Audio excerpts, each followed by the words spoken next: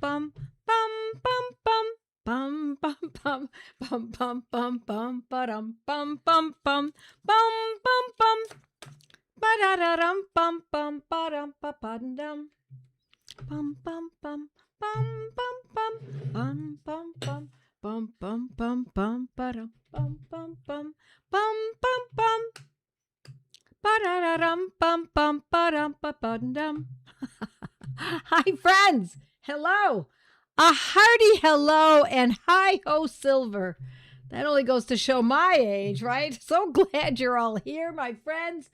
It's Monday night, and it's Monday night at 8 o'clock Eastern time, and we do one thing and one thing only at this time, and we talk about homeopathy. I teach you what I know, or what I hope I've gained in these years of doing this.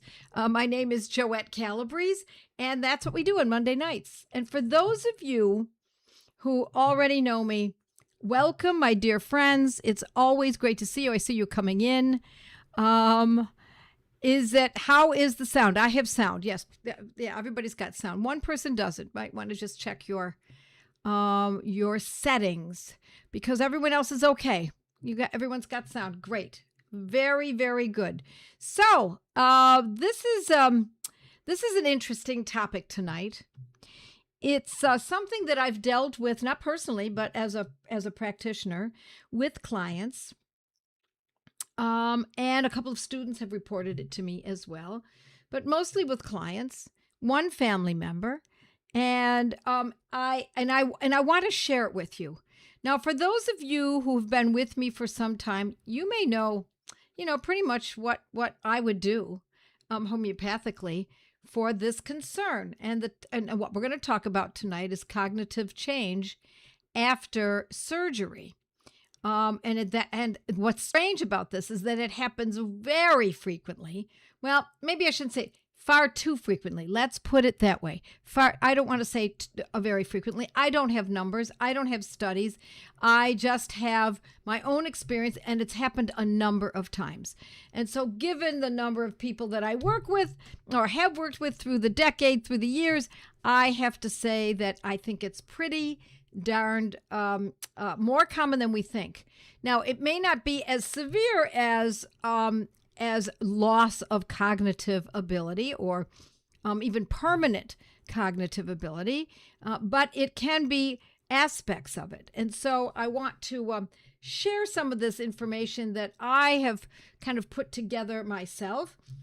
This is kind of, I'm thinking this is kind of atomic in a way. It's kind of the kernel of the condition, the kernel of the problem. And so, as you may or may not know, in homeopathy, it is sometimes useful to know the exciting cause. Not always, but sometimes it's very useful. We can then hang our hat on that exciting cause. And that means that if someone has cognitive decline after a head injury, then we would say that we're going to go after the head injury, plus the symptoms that the person is suffering from, regardless of how the head injury occurred, and it's different in different people often. So we're not going to be talking about protocols tonight. We're going to be talking because people react differently to this particular situation, especially the elderly. And with the elderly, we often use the same medicines time and again for cognitive decline, whether it's as a result of local anesthesia, general anesthesia, or anything close to that. It's the problem here is that we often let me just get to the bottom of this atomic idea. We are being infantilized as adults. We are told that we must act a certain way.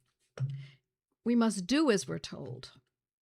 And I am not going here to tell you that you should never listen to your surgeon.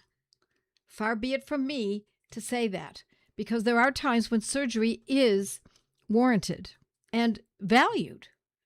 But I think surgery is used far, far too frequently. So we must question. Now, it doesn't mean you question the doctor, because if you want this doctor to be on your team, you might want to say, thank you very much, doc, and then go on and do your research, going for a second or third opinion, etc. Jordan Peterson, one of the great thinkers of our time, said, too afraid to say no is not healthy. Make yourself competent and dangerous. Now, we don't mean danger in the colloquial meaning. We mean dangerous in that you have strength. He says, dangerous is the opposite of being weak. You should be capable of threatening someone. Those who have swords and keep them sheathed will inherit the world. So it's only, you're just protecting. That's all you're doing. You're not drawing it out of the sheath. If you're not a formidable force, he continues, then there's no morality in your self-control. What a philosopher he is. So another way of saying it, more colloquial, a more colloquial method or way would be to say, you got to have guts, spunk, and moxie, my friends. You have to know when to say no. You have to perhaps say, could we postpone this potentially? And then you look into other methods, homeopathy, change the diet, change the environment, perhaps put it off, see what comes of it. So, okay, Andiamo, let's get going on this. Let's start with here. I've got some information I want to remind you of. For those of you who are new, this might not be a reminder. It might be something that's brand new to you. Let's start with this, that the body was not built to process synthetic drugs. It's only in the last 50 years. Okay, maybe 100? The brain was not built to be able to handle psychotropics. Psychotropic drugs are fairly new, my friends. The liver was not built to drink alcohol. What can I say? I love a good drink. Don't do it much anymore. I'll take a sip here and there. Nor is the body capable of eating just about anything. And so what we put into our body, on our body, definitely matters. So we got a couple ways to look at this. Remember Sir William Osler, MD? He was one of the founders of Johns Hopkins. He said, the man who takes drugs must recover twice. Once from the disease and once from the drug. Yeah, it's a choice, my friends. And what we do on a day-to-day basis matters, micro choices. And when you put together, if you were ever to put a timeline together of all of your sufferings, the conditions that you've had and what they were met with, what drug, what procedures, what tests, what surgical procedures, whatever, put that all together, you might be flabbergasted. It's pretty amazing how much we have submitted to. Now, let me also say that there's another aspect to this, and I have this written in my kitchen in a little card that says, we dig our graves with our forks and knives. And I didn't know who that was attributed to, and it turns out it's also Sir William Osler, MD. So it's not just food, obviously. It's what we allow, what we put into our mouths on a day-to-day basis, that birth control pill every day. Every day. For years. Every single day. What we put into our mouths every day matters. What's injected into our veins matters. What we subject ourselves to in x-rays, sonograms, etc. all matter. And for those naysayers, I say now. Miss Brittle Britches, because I know I'm going to get a lot of people who say, maybe not today, maybe not tonight, but I will hear from people who say, thank God for modern medicine and surgery. Well, in certain circumstances, that's absolutely so. So let's get to what we talk about tonight, what we talk about every Monday night, and that's homeopathy. And let me take a sip from my water.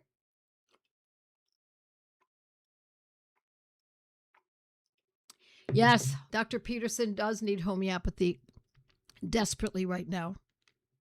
I wish we could get to him. I mean, I suppose if anyone knows him, get to him. He's been through a lot. All righty, now let's talk about homeopathy. Starting with our great leader, Dr. Samuel Hahnemann, who put together the organon, or at least started it. The first edition was in 1810. Of course, he was working on it from the late 1700s. And then the last edition was written in 1833. And then the last edition, actually 1842, excuse me. And then it wasn't published until the 20th century. And what he said time and again in many different ways was suppression occurs when treatments, allopathic, conventional, or external, removing visible symptoms without addressing the underlying dynamic disturbance of the vital force, driving the disease deeper and creating worse, more complex chronic conditions. True cure requires removing the totality of symptoms, allowing the vital force to restore order internally and externally. He explicitly condemns these methods, especially surgery, as harmful and even criminal. There are exceptions, obviously. Surgery is needed at certain times. Let's say kidney stones. Yes, I can see that. We would use homeopathy first. We would try to do that, certainly. But if it must be done, that is not suppressing by removing stones. By repairing a broken bone, not suppressing. He goes on to say every external treatment of such local symptoms, these are local symptoms, whatever it is that's going on, that the goal of the surgery is intended to change, the object of which is to remove them from the surface of the body while the internal disease is left uncured. As for instance, driving off the skin the psoriatic eruption by all sorts of ointments, burning away the chancre by caustics, and destroying the condylomata on their seat by the knife, the ligature, or the actual cautery. This pernicious external mode of treatment has been the most prolific source of all the innumerable named or unnamed chronic maladies under which mankind groans. It is one of the most criminal procedures the medical world can be guilty of. So you're getting the point. I could keep reading. There's a lot more here. There's a lot of great information here in the organon. Surgery is suppression. So he approved of surgery for, as I said, true external trauma or mechanical issues, removing foreign bodies, setting broken bones, ligating arteries, opening imperforate anus, crushing bladder stones, etc. These are not dynamic diseases, but physical lesions requiring mechanical surgical removal. But if it is deeper than that, warts, tumors, etc., ulcers, surgical removal is suppressive and iatrogenic. If you don't know that word, I know many of you do, but if you don't know, it means iatrogenic means disease caused by modern or medicine, drugs, surgical procedures, diseases that are caused by the medical profession. And it creates deeper, harder to cure chronic diseases by removing the guiding principal symptom. In short, Hahnemann viewed surgical removal of local disease manifestations without internal antimiasmatic treatment as one of the greatest errors in medicine. So, now let's talk about what comes of these surgeries. Not only are we potentially suppressing a condition, driving it to a deeper state, and considering it, as Hahnemann would have said, downright criminal. Let's talk about this newly named condition. It's fairly newly named. There's not a lot of discussion about it. There's not a lot of warning from the medical team to the patient or from the medical team to the patient's family. And I say family too because this is what happens with these anesthesias is so prevalent in the elderly that is really where the seat of this discussion should lie. Now, I don't want you to think for 1 minute, my friends, that it's only under general anesthesia. Local anesthesia can also cause this problem. And we see that in the dental chair.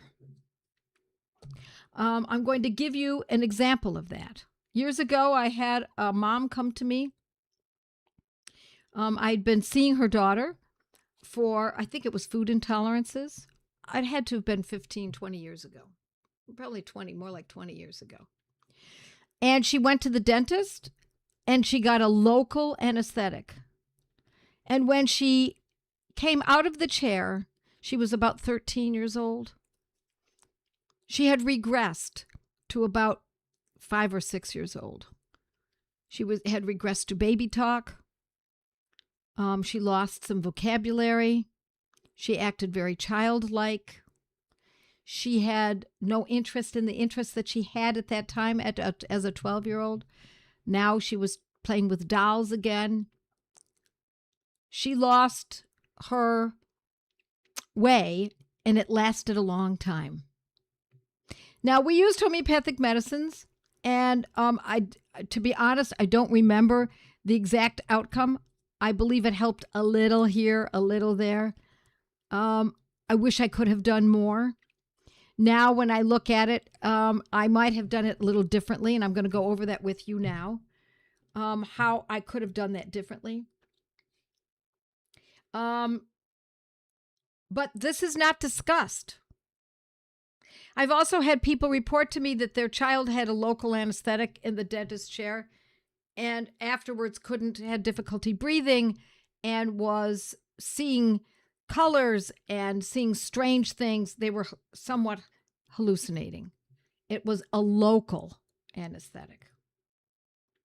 And it's unfortunately often dismissed because no doctor wants to believe, or dentist wants to believe, that they were the cause of something so dire as this. So families are very rarely warned. Really, after we think about it, who wants to admit something like this? So I wanted to give you some ideas here.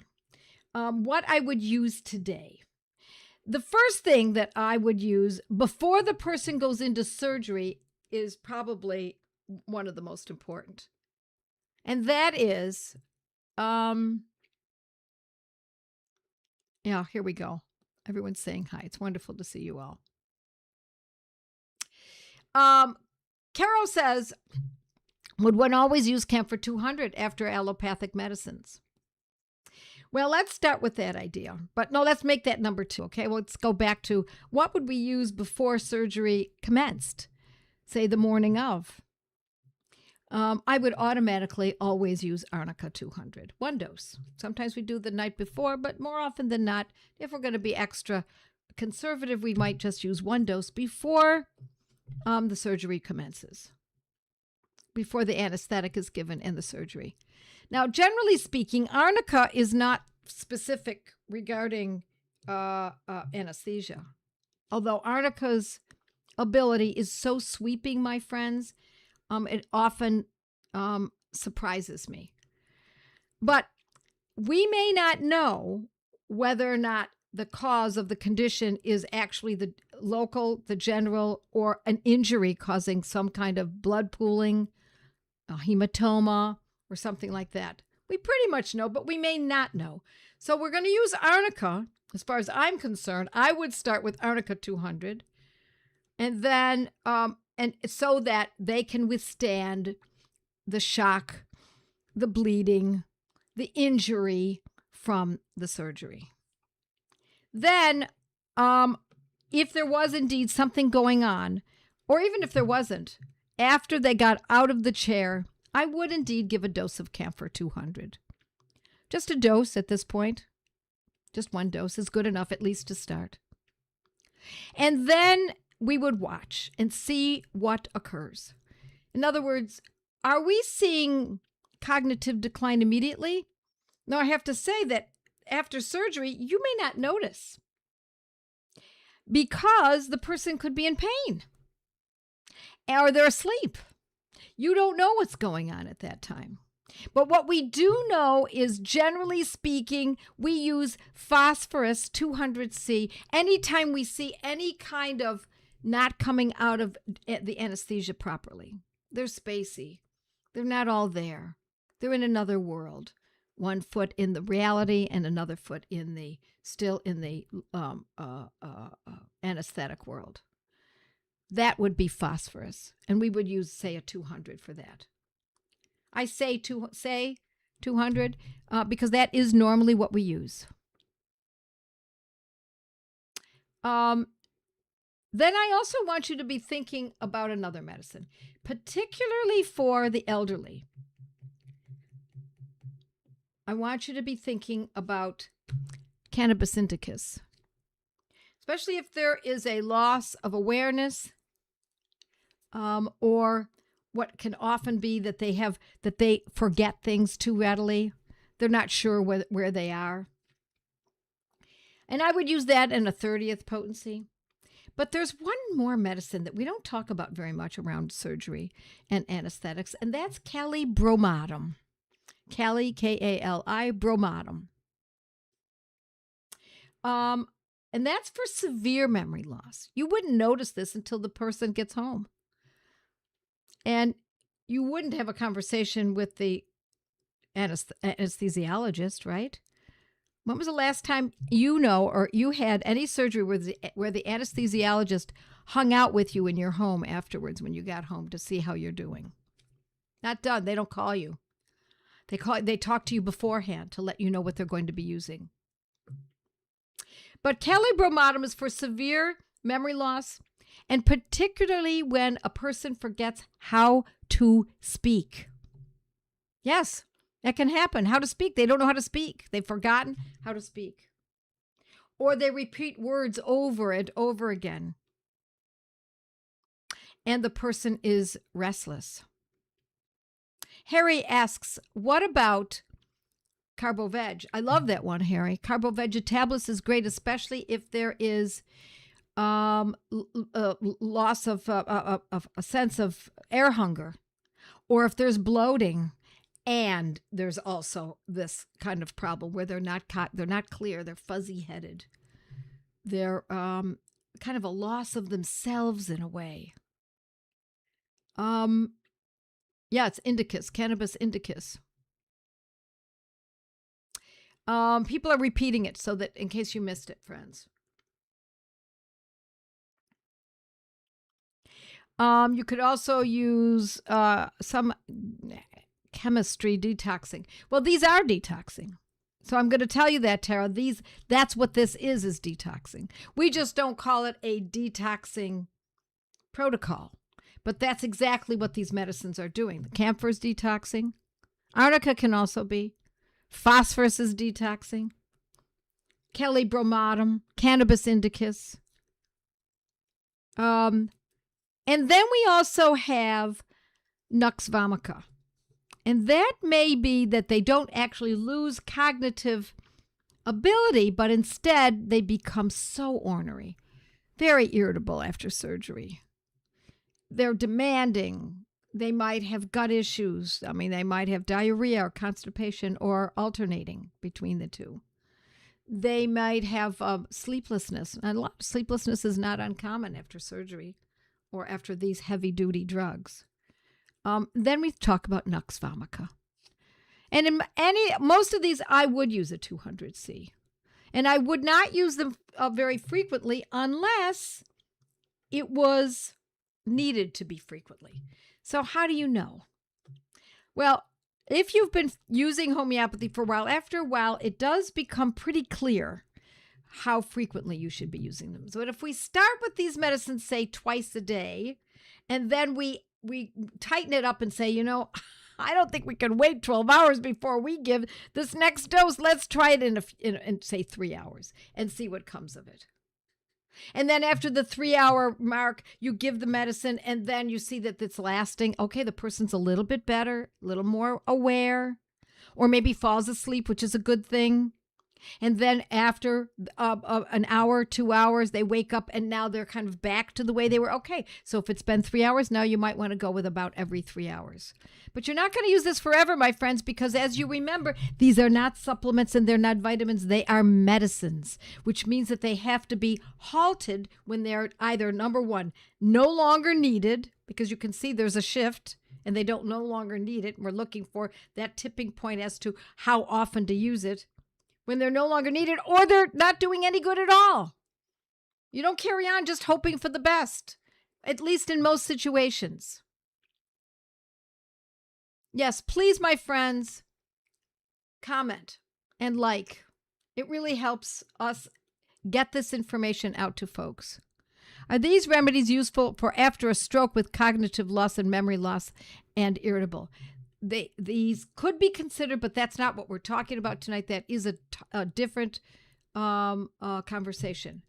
I believe I have written about it. So if you do Joette Calabrese, stroke, etc., you will probably find something. Yeah, a couple people are asking this now. After 3 replacements, my mother did not get feeling back in her legs for 2 hours. I gave her Nux Vomica, and within 5 minutes, she started getting feeling and 10 more minutes standing. Doctor was amazed, and instead of keeping her overnight, he discharged her. Beautiful, Cassandra, beautiful. My father-in-law, 95 years old, recently had to have surgery, and his mild dementia is much worse post-anesthesia. Yes. So you're thinking then of these medicines. Consider it. It can be weeks later. It doesn't have to be the day of or the next or 2 days later.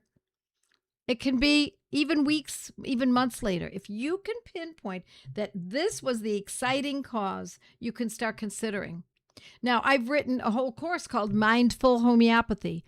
If you go to Joette's Learning Center and scroll down to Mindful Homeopathy, I talk about dementia a great deal. We've had that in my family. Let's see here. We've got some more comments here. Sometimes it scrolls so quickly.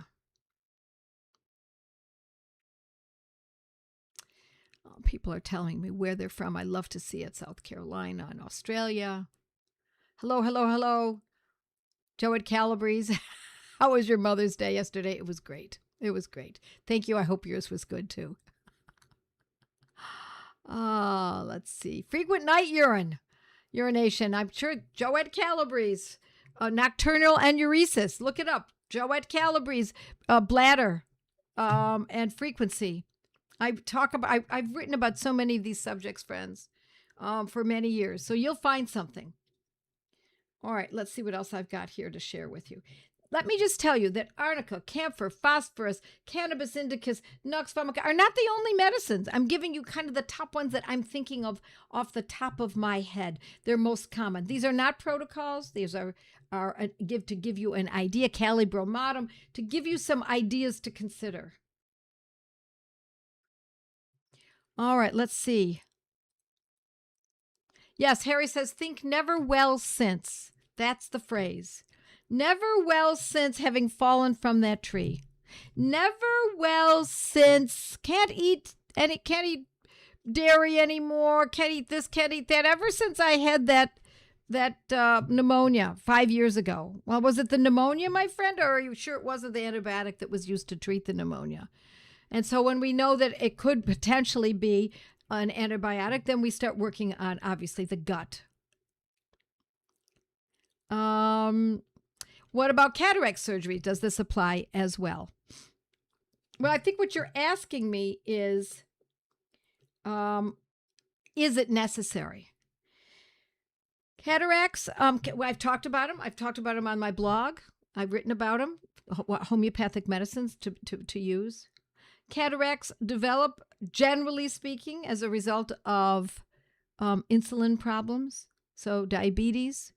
And so diet can make a huge change, hopefully early if you catch it early enough. But even if you don't catch it early enough, cutting out all the foods that stimulate an insulin problem. But also Generally, do we have problems with cognitive decline after having had cataract surgery? That might also be your question.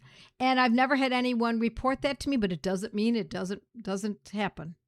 All of these conditions, any surgical procedure in which they're going to be using a local or general anesthesia can matter.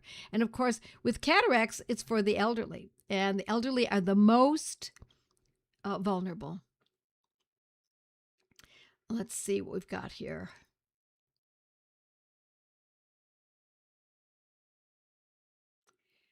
Let's see. Staphysagria is also good after surgery. Well, Staphysagria is specific for the a clean incision for the actual site. Can it be used for other areas? Yes, it can. And you would use arnica perhaps and Staphysagria for the incision so that it doesn't get infected. Happy Mother's Day. Overall perimenopause headaches, Alicia asks about. Well, my friends, oh my goodness, it's already 8:31. I will have to go to my mighties in a moment. Headaches. Headaches are a grand subject, but there is, my friends, anybody have any ideas for perimenopausal headaches? My students are going to know. Does homeopathy cause side effects while trying to heal something? No, I'm dealing with tight pelvic floor muscles and nerve pain. Want to go off an antidepressant that I'm using for nerve pain. Yeah, I can understand why, Amanda. I'm really sorry you're suffering like that. No, there are no side effects to homeopathy. Nope. Dermatologists advise against all homeopathic remedies prior to upcoming lesion removal surgery so as not to increase bleeding. Any input from the mighties is welcome. Well, Stephanie, actually, it's the plastic surgeons who have the best information, and they use Sinech, Sinnech, I think, or is it Sinecch? And it is a wonderful medicine that is homeopathic that plastic surgeons use on a regular basis. So what's happening is these dermatologists are looking up Arnica montana, and they're finding out what it is in the gross form, not in the homeopathic form. So a little bit of knowledge, and I wouldn't even call that knowledge, is dangerous. Yeah. Elizabeth says, here we go, picric acid 200 with belladonna for a headache as an SOS. And Elizabeth, thank you. Sepia to the rescue, 200C once a week in liquid. Yeah, there we go. Howdy from New Zealand. Okay, my friends, I'm going to dash off to my mighties. I'll answer more questions there, and I look forward to seeing you then. Okay. Yes. Okay, friends. Bye, and thank you for joining me. Love it.